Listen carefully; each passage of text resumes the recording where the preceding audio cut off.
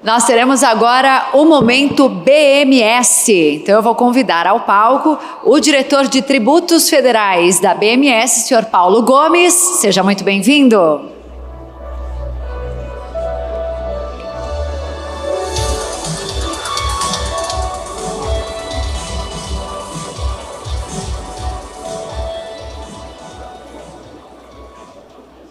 Boa tarde.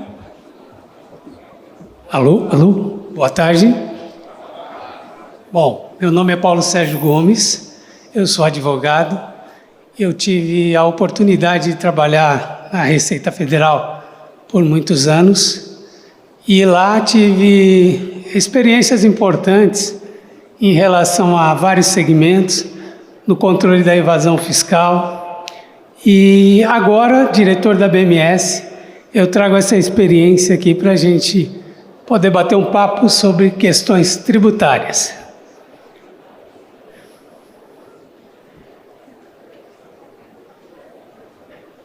Bom, falando em comércio varejista ou comércio atacadista, qual que é o grande desafio que nós temos?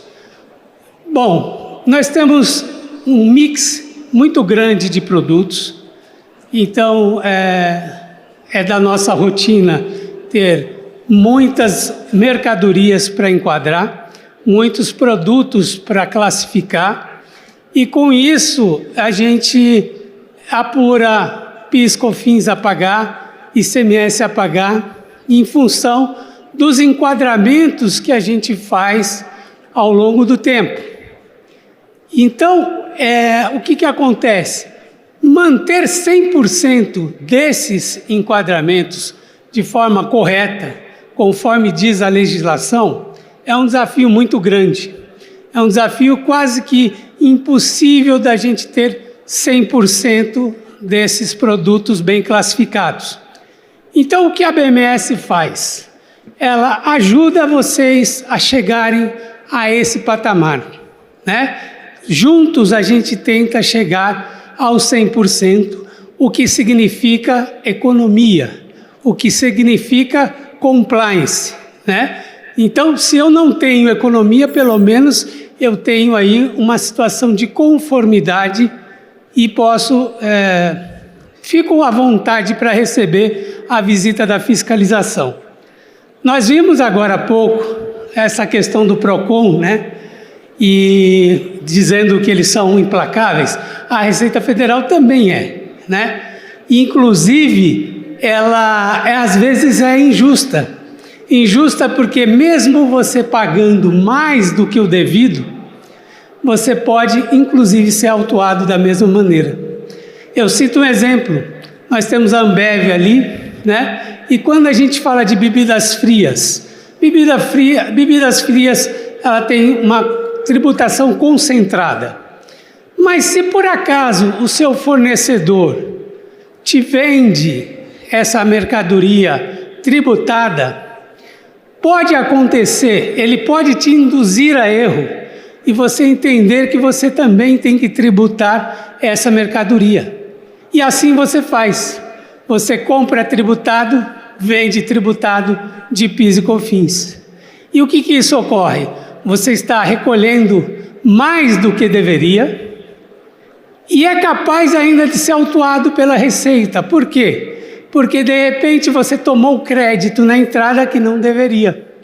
Então, mesmo pagando mais do que você deveria para a Receita Federal, ela vai e glosa a parte que está incorreta.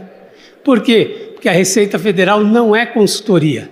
Ela só quer preservar a legislação, a aplicação da legislação.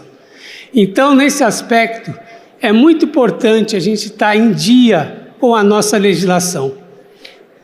Eu tenho feito trabalhos em muitos supermercados, no Brasil inteiro, e a gente tem visto coisas que são realmente inusitadas, né? Por quê? Porque às vezes você tem lá a certeza de que está fazendo a coisa de forma correta, e em dado momento desses últimos 5 anos, eu tenho uma filial, eu tenho algum produto em desconformidade em relação a esses enquadramentos. E isso é o quê? Dinheiro que está perdido, né? Então, veja, como a gente colocou aqui, são muitos itens, nós temos sazonalidade, nós temos uma variação imensa de produtos regionais, muitos fornecedores. É da essência do supermercado poder comprar com liberdade, né, para poder pagar o melhor preço. Então, muitos fornecedores faz com que o desafio seja ainda maior de fazer esse tratamento desses itens. Então, na prática, é importante a gente revisar esses produtos frequentemente. Nós temos encontrado situações em que o supermercado acabou de fazer uma revisão e ainda assim temos problemas, temos situações para apontar. O que nós utilizamos como critério de trabalho? O mesmo critério da Receita Federal, que é o quê? Olhar para a descrição da mercadoria. Não me interessa muito, quer dizer, para a Receita Federal não interessa nada o NCM e o CST. Eles querem saber exatamente o que está acontecendo. Faz parte do trabalho do auditor fiscal olhar para a descrição da mercadoria e dali tomar a decisão, saber se está havendo uma evasão fiscal. E é assim que a gente trabalha também.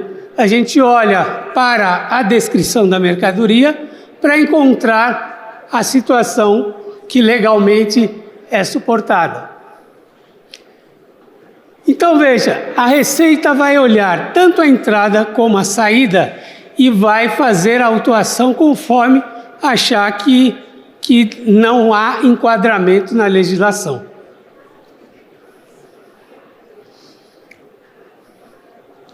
As razões são imensas, como eu já comentei, né? O próprio fornecedor pode induzir ao profissional a enquadrar incorretamente, e a responsabilidade é de quem? É do supermercado, né? Não adianta o supermercado dizer, olha, eu estou fazendo assim porque o fabricante me indicou. Esta não é uma justificativa válida. Então, é um erro achar que o fornecedor é que tem autoridade para enquadrar o produto. Ele pode até estar com boas intenções ou não, mas o fato é, quem vai ser responsabilizado é quem está sendo auditado, que é, no caso, o supermercado.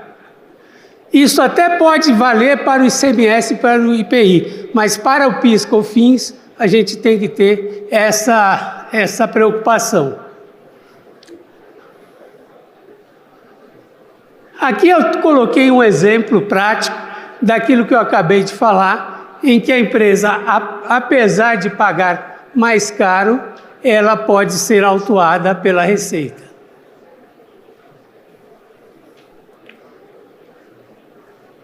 Então aqui eu faço uma conta e chego à conclusão que há um auto de infração envolvido, mesmo tendo sido feito um recolhimento excessivo. Outra questão que é importante é também verificar a própria apuração do PIS e da COFINS. Por que isso é importante? Porque nos últimos anos a gente teve muitas alterações em relação às regras da Receita Federal. Nós tivemos aí muitas soluções de consulta, a própria Receita se posicionando de forma contraditória em alguns momentos, e hoje a gente tem uma legislação um pouco melhor, um pouco mais bem interpretada. Portanto, mesmo que a gente tenha feito todo o nosso trabalho como se deveria ter feito, conforme as regras, digamos, aplicáveis em 2018, essas mesmas regras foram reinterpretadas pela Receita e nós podemos ter surpresas quando a gente analisa o que fizemos há 4, 5 anos atrás.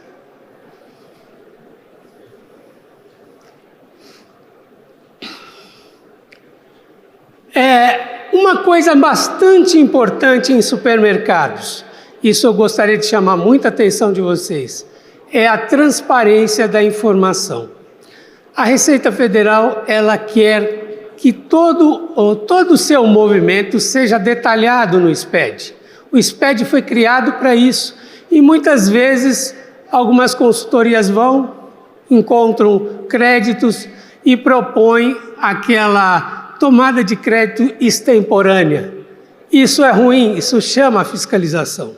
A fiscalização fica incomodada porque não consegue entender de onde aparecem os créditos. Do nada, as empresas param de recolher. Então, isso realmente é um problema. O que nós adotamos como forma de trabalho? Encontramos problemas em janeiro de 2020, nós vamos no SPED de janeiro de 2020 e alteramos aquela informação. Mesmo que isso dê muito trabalho, nós temos supermercados com milhares de itens, arquivos pesadíssimos para poder fazer uma nova validação. Às vezes a gente demora 3 dias para fazer um único mês. Mas a BMS, ela prefere ter o trabalho ao ter que expor o seu cliente a fiscalizações desnecessárias.